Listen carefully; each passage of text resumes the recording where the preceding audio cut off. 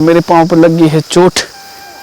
जंगल से आते वक्त मेरा पाँव मुड़ चुका था और जंगल जाना, सूतर बनाना, ये काम पहले भी किया है। नए पौध का अभियान है। इसी तरह से वन क्षेत्रों को बचाना हर गांव वासियों का भी कर्तव्य बनता है। जंगल की ओर और साथ में है मेरी दराती, तो मैं जा रहा हूँ घास काटने को जंगल। जय देवभूमि, जय उत्तराखंड। नमस्कार दोस्तों, मेरा नाम है नरेंद्र। मैं हूँ उत्तराखंड के चमोली जिले के थराली ब्लॉक के चिड़िया गांव से।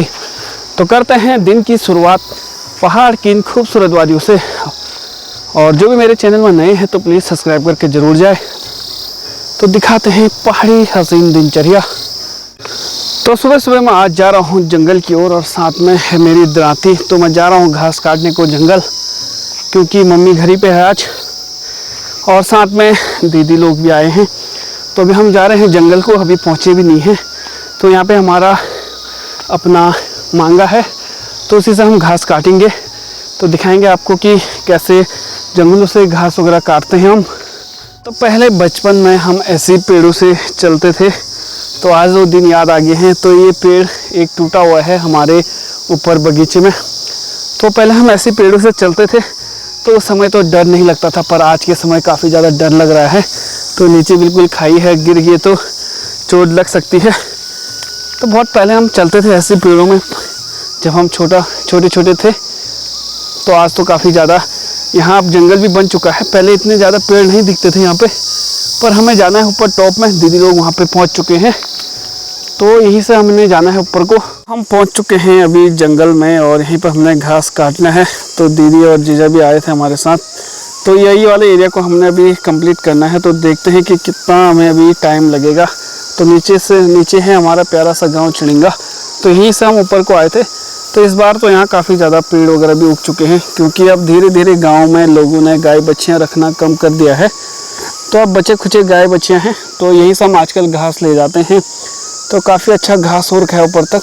पहाड़ों में मवेशियों के लिए घास काटने के लिए इस तरह के जंगल होते हैं। फॉरेस्ट होता है, ये वन पंचायत का जंगल होता है। तो इनमें घास काटते हैं लोग अपना घास के लिए जंगलों को। पहाड़ों में विशेषकर आग लगने का विशेष रीज़न भी यही होता है कि गांव के लोग जो हैं अच्छे घास उगाने के लिए आग लगाते हैं। अब धीरे धीरे ऐसा नहीं हो रहा है, गांव में भी जागरूकता आ गई है और घास काटने के लिए लोग आग लगाते थे। नई घास उगाएगी, अच्छी घास उगाएगी, मवेशियों के लिए अच्छा घास होगा। तो अब गांव में वन विभाग वालों द्वारा भी रात दिन जागरूकता अभियान चलाया जाता है। गांव वाले जागरूक किए जाते हैं। अब गांव वाले भी आग नहीं लगाते हैं।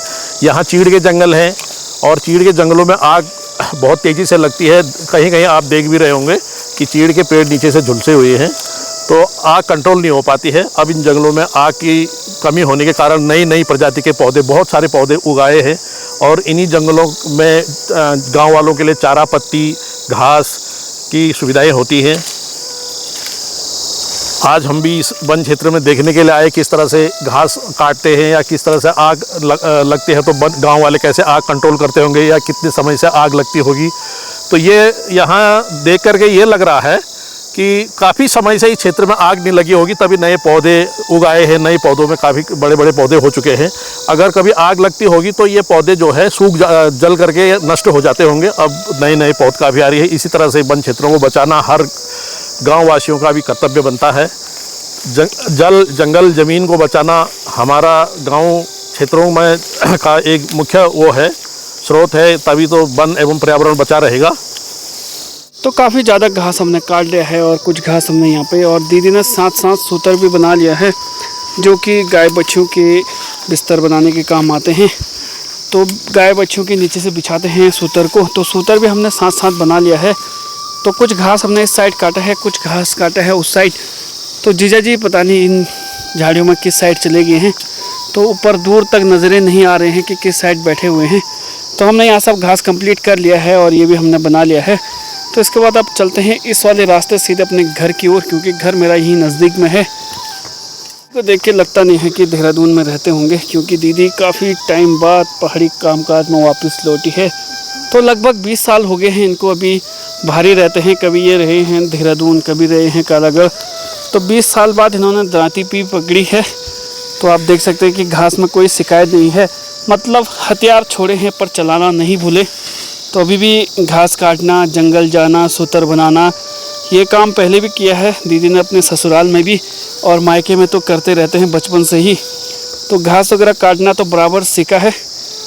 तो बाकी घर के कामकाज भी सभी आते हैं उनको।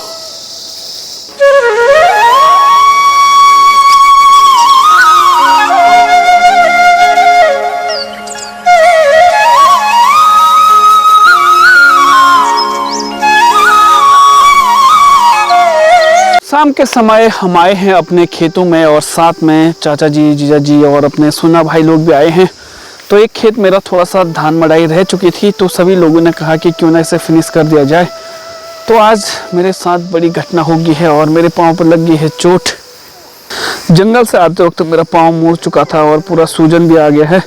तो गर्म पट्टी तो मैंने बांध ली है पाँव पे, तो देखते हैं कि सूजन कब तक रहती है इस पर। तो इनका बहुत बहुत धन्यवाद। और हमने यह खेत भी कंप्लीट कर लिया है। तो इस साइड हमारा ये खेत रह चुका था, और बाकी तो नीचे हमारी पूरा सोयाबीन की खेती है।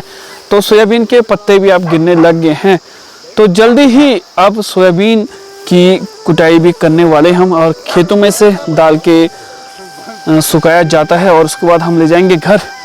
तो काफ़ी ज़्यादा दर्द रहा आज दिन भर पैर पे, और तब से तो मैं सो भी नहीं पाया हूँ। तो ये ब्लॉग यहीं पे समाप्त करते हैं। तो मिलते हैं आपको कल नए ब्लॉग पे। तब तक के लिए बाय बाय।